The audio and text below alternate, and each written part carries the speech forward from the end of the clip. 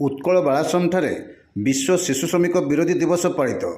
जिला आईन सेवा प्राधिकरण और शिशु श्रमिक विरोधी अभियान सीएसएल बालेश्वर सहयोग आज पूर्वाह्न 10टा समय उत्कल बालाश्रम ठारे विश्व शिशु श्रमिक विरोधी दिवस पालित हो जाइछि।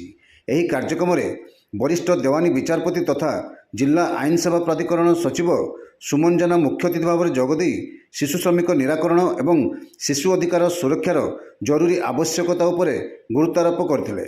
शिशु मंगल कमिटीर अध्यक्षा स्निग्धा दास, सदस्या गौरीमणि उपाध्याय, लोपामुद्रा महापात्र एवं जादवेश मिश्र प्रमुख कार्यक्रम में जोगदे शिशु श्रम बंद पर आह्वान देवा सह समस्त शिशु माने शिक्षार गुरुत्व देवाई कहिथिले।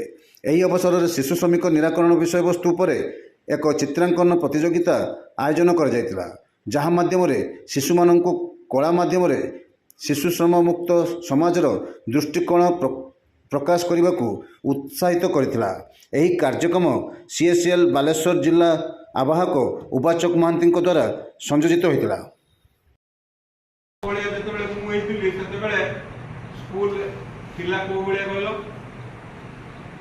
माने जी जहा नजर रे आसुची जे पिलाडा एटी काम करू छेटी करिबा कथा नुह आपण सेटा हम नजर को आनंत एटा नागरिकर दायित्व जे हमें छुट्टी करते पिला मैच्योर ना नुह ए जगह पिला मैच्योर ना नुह